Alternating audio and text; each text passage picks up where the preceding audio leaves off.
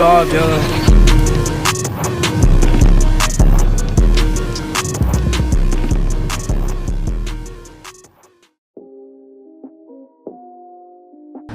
Run shit up to the scaffold. You about to take over it or what? Yeah. All type of hot shit. I'm dropping Saturday. You got some new shit coming up? Alright. Every time this come out, that shit should already be out. Alright. Keep coming with me. Come on over this 12. Yeah, y'all got them things. Y'all better bring that up. Y'all said that shit shaking. I just told y'all what it is when they see me.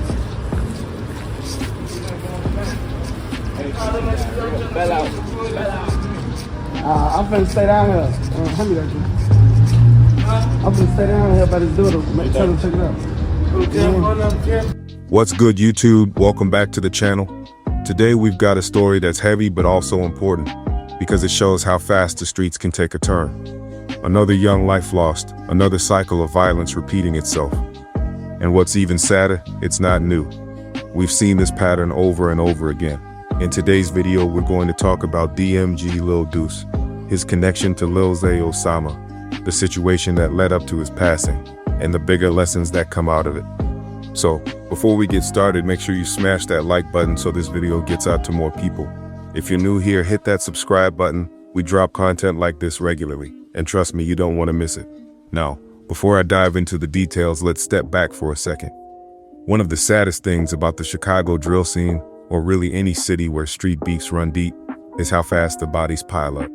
You would think that when people start losing friends left and right, the natural move would be to chill out, stack money, and focus on something bigger than revenge. But instead, the cycle keeps spinning. Somebody loses their life, and instead of that slowing things down, it just turns into motivation for the next attack. Revenge, retaliation, disrespect, and before you know it, another name gets added to the list. So let's talk about DMG Lil Deuce. If you follow Chicago drill at all, you know he was closely tied to Lil Zay Osama. The two of them were not just friends, they moved together, and Deuce was seen as one of Zay's solid affiliates. Some of y'all might remember him most from a viral moment. He did a vlog where he casually talked about robbing jewelers.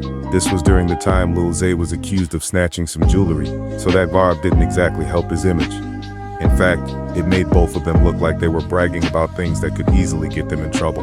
More recently, Deuce went live with Zay, and they were openly speaking on beef with 600 members, going as far as making direct threats. And this is where things get wild, because just like we've seen too many times, the things you put out into the world have a way of circling back. Now here's where this story takes a crazy, almost chilling turn. Hours before he was killed, Deuce posted on Instagram saying he was done with the streets. His exact words were something like, "I'm done gangbanging, I'm going the clean route." This don't even feel the same. Think about that for a second. Whether he was serious or not, that post came right before his life was taken. And this raises a real question. How many times do we hear about people wanting to leave the streets, but it's already too late? Your past, your enemies, your reputation, they don't just vanish the moment you decide you're done. That's the harsh reality. According to reports, the shooting went down on Chicago's South Side. Spot News on Twitter said a 23-year-old male was shot around East 91st Street. Police found 30 shell casings, cars hit by bullets, and even recovered a weapon. ABC Chicago added that it was a drive-by shooting, broad daylight, around 10:30 in the morning. Deuce was hit while walking on the sidewalk and later pronounced dead at the University of Chicago Hospital. Now, here's the thing. No suspects have been arrested. And let's be real, it wouldn't surprise anybody if this turns into another cold case. That's the unfortunate pattern in situations like this. No one talks, no one cooperates, and the violence just gets tucked away as another unsolved case. And y'all know how this goes. Once someone from the streets passes away, the internet lights up. Ops jump online instantly to troll, drop memes, and throw shade. HF Nimbers wasted no time making fun of the situation. You had people posting smoke emojis, reposting old pictures, quoting Deuce's own lyrics back at him in a mocking way. It might seem heartless, but remember, this is the same energy these guys had when it was the other way around. That's why it's hard for outsiders to feel empathy, because in this culture, disrespect is the norm. If your enemy dies, you clown him. And when it's your turn, the same thing happens to you. It's a vicious cycle with no real winners. Now let's break this down for a second. The streets don't love nobody, period. And what we're seeing with Little Deuce is another reminder that trying to live that life comes with two guaranteed outcomes: prison or death. Even when someone decides they're done, like he said in that IG post, the past doesn't just erase itself. People remember what you said, what you did, and who you disrespected. And in today's world, when it's all on Instagram Live, on YouTube interviews, or in a viral clip, those words don't disappear. They're there forever, and they can literally come back to haunt you. So at the end of the day, this story about DMG, Lil Deuce, isn't just another headline. It's a warning. If you're in the streets and you're thinking about getting out, don't wait until tomorrow.